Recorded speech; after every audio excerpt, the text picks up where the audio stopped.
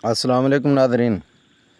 आज 26 अगस्त 2025 रात के तकरीबन 10:15 बजे ने तुहाडे सामने ताज़ा तरीन दरिया सतलुज के हवाले दे नाल डाटा लैके हाजिर होया कि पानी की सतह जिहड़ी वो काफ़ी हद तक बुलंद हो गई है कि अल्लाह ताला खैर करे कि कुछ भी हो सकता है। सब तो पहला तो जिहड़े मेरे दरिया के वासी भरा ने उन्होंने गुजारिश है कि वह अपने आप को महफूज मुकामात की तरफ लैते चले जान कि वो किसी भी हंगामी सूरत हाल वास्ते अलर्ट रहन कि दरिया के अंदर कुछ भी हो सकता है, कुछ भी किसी हद तक भी जा सकता है।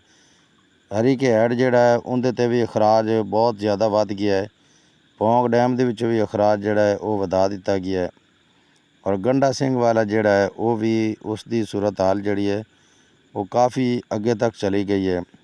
और एक वीडियो में वेखदा पिया कि हरी के हैड ते जिहड़ा है उत्थे पुल दे उत्तों पानी एक साइड तो वज ते विच पानी लहर दे नाल विच छल वजते ते उत्तों क्रॉस हुंदा पिया। तो ये सूरत हाल है फिलहाल। तो जेड़े दोस्त अहबाब जेड़े ने दरिया के किनारे ते रहण वाले ने वो जी जल्दी अपने आप नकल मकानी कर लैन, उच्ची जगह ते चले जान। पानी की सतह जिहड़ी है वो काफ़ी हद तक बुलंद हो गई है। गंडा सिंह वाला जिहड़ा हैड है वो डेंजरस लेवल तक चला गया है कि 2,30,700 कुछ क्यूसक पानी तक चला गया है।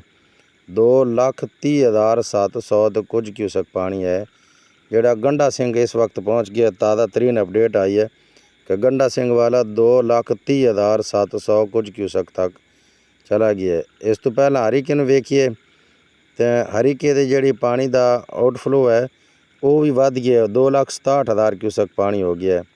और पौंग डैम के विचों भी जिहड़ा पानी का अखराज है वधा दिता गया है कि 84,959 क्यूसक पानी पौंग डैम के विचों छड्डिया जा रहा है, जिहड़ा दरिया ब्यास दे विच आ रहा है।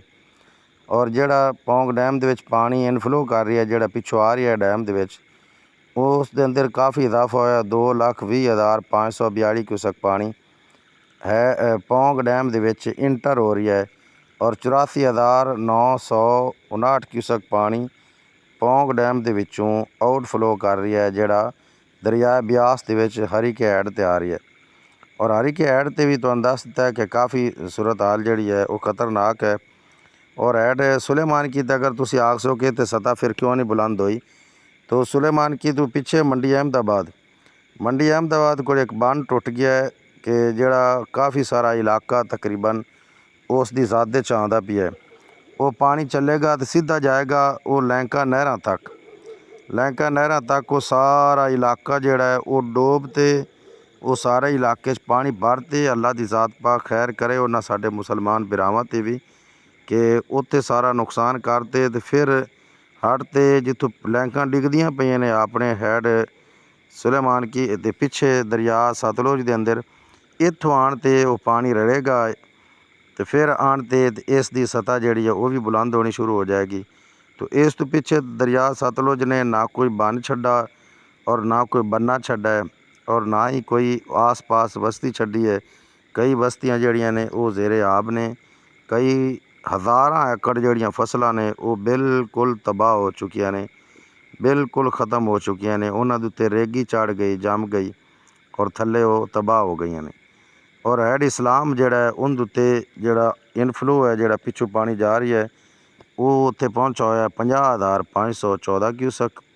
और जिहड़ा हैड इस्लाम तो पानी अगे छड्डिया जा रहा है वो है 48,562 क्यूसक। ये अज दा हुण दा ताज़ा तरीन डाटा है। तो गंडा सिंह की बड़ी खतरनाक खबर है जिहड़ी FFD ने हुणे शेयर की है कि वो 2,30,700 तो ज़्यादा क्यूसक क्रॉस कर गया है। अस्सलाम वालेकुम वरहमतुल्लाह।